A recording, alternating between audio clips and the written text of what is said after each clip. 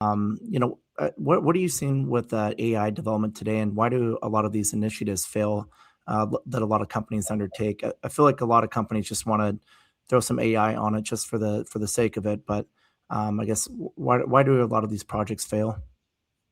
Yeah, it's a great question, Andy. I mean, it's it's something we're seeing all the time, and in many cases, it's almost like they fail before they even get into the LLM modeling or the code writing. Mainly because I guess this comes from my data background. That many companies are looking at bad or inconsistent data across systems, which then leads to fragmented architecture where there isn't a single source of truth. And so that lack of data architecture and data foundations lead to bad processes, bad code, latency issues. The quality of the code often suffers. The documentation isn't there.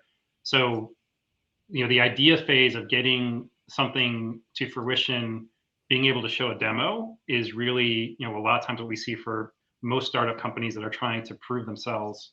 But really, where we specialize is in that next phase where you're actually looking to take that idea from a demo to production environment, and that's where applying AI from a surgical perspective is much more important than just throwing an idea in and actually starting to vibe code opposed to actually getting something into production. So that's where really our bread and butter is. I think that's where the future of AI and development are going to be, at least for the next couple of years.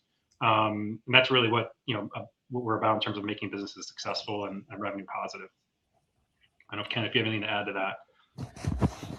I think the only thing I want to add is AI typically will it'll amplify your inputs and really produce a broken output. It's just if it's not right on the front end, AI is not going to make it better.